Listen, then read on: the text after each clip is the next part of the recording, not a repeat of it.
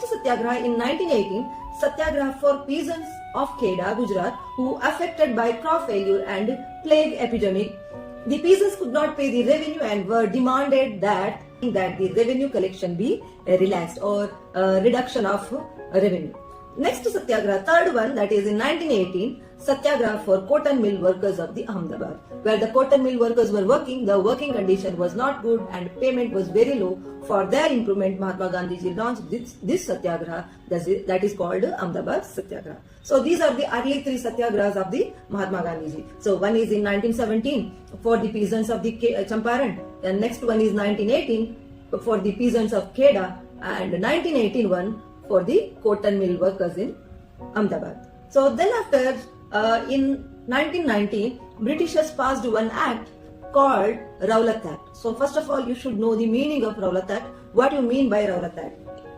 So this act was passed by Imperial Legislative Council in 1919. According to this act, government repressed political activities and allowed to detention of political prisoners without trial for 2 years. So they can arrest any Indians or any political,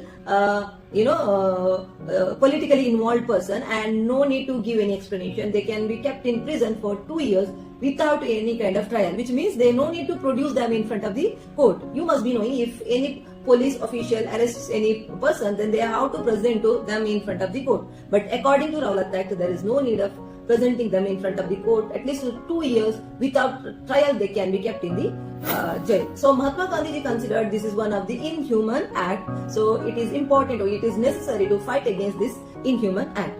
On 10th April, police fired upon peaceful procession in Amritsar. So where they, procession started against British government that was attacked by the British government. After that, widespread attacks on banks. So in return, Indians also reacted badly. They attacked on government buildings. They attacked banks, offices, railway stations, and public places. So to control this situation, British government imposed one law called martial law. So which means where the army given charge instead of police. When situation goes out of control, to control or handle the situation, which situation was handed over to the army. So here, under the martial law, who took over the charge? General Dyer took the charge or took the command.